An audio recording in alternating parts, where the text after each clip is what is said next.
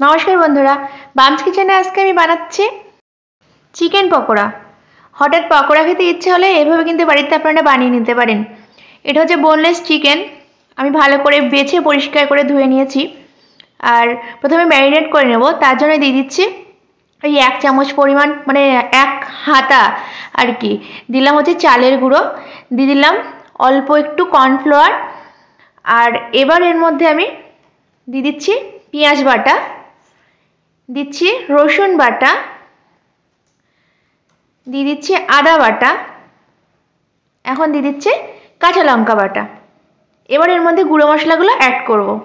প্রথমে দিচ্ছি 1 চামচ পরিমাণ তন্দুরি মশলা, এখন অ্যাড করছি 1 চামচ পরিমাণ ধনে গুঁড়ো, এবার দিচ্ছি 1 চামচ পরিমাণ জিরে গুঁড়ো, আর ওই চামচেরই হাফ চামচ পরিমাণ গোলমরিচ গুঁড়ো এর মধ্যে এখন আমি অ্যাড করলাম। আর দিয়ে দিচ্ছে ওই চামচের হাফ চামচ পরিমাণ গরম মশলা। এটা কিন্তু ছোট চামচ যেটা হয় আর কি সেটা। আর এখন অ্যাড করে দিচ্ছি জল ঝরানো টক দই, এটা বড় চামচের 2 চামচ।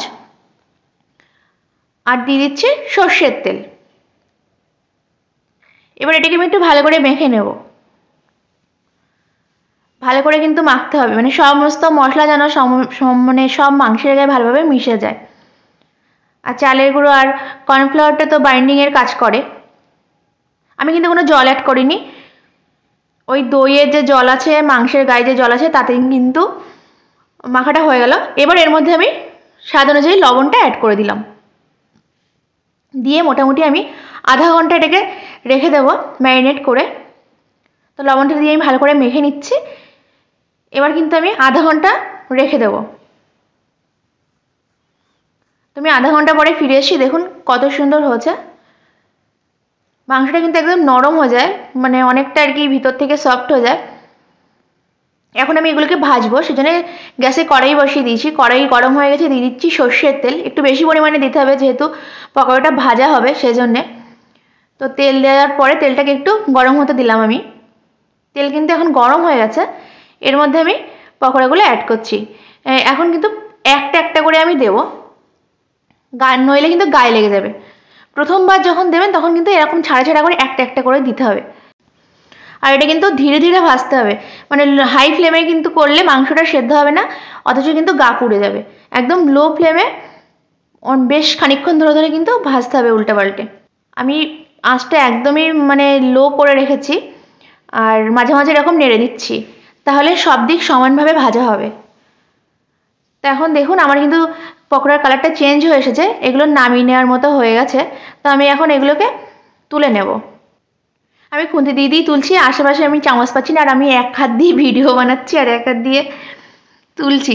যাই হোক, এবার আমি এর মধ্যে অন্য যেগুলো আছে সেগুলোও ভেজে নিচ্ছি, অন্য পকোড়াগুলো, অন্য চিকেনগুলো আর কি। এগুলো আমি বেশ উল্টে পাল্টে ভেজে আর কি নামিয়ে নেব আগের মতো করেই। সত্যি বলছি এগুলো দারুণ টেস্ট হয়, দোকানের থেকেও ভালো টেস্ট হয় আমি যেটা মনে করি। কারণ দোকানের জিনিসের মানে তেলটা থাকে অনেক পুরানো তেল। তো অনেক সময় কি হয় যে তাতে বাইরের খাবারে অনেক সমস্যা হয়, কিন্তু বাড়িতে করলে কিন্তু কোনো সমস্যা হবে না, যেহেতু ফ্রেশ তেলে ভাজা হয়। আর দেখুন কত সুন্দর কালারটা এসছে। আর এটা কিন্তু চায়ের সাথে বা এমনি সবসময় তো মানে পকোড়া সবাই খেতে ভালোবাসে, যে কোনো সময় ভেজে দিলেই খেয়ে নেবে। তো আজকে আমার রেসিপিটা কমপ্লিট।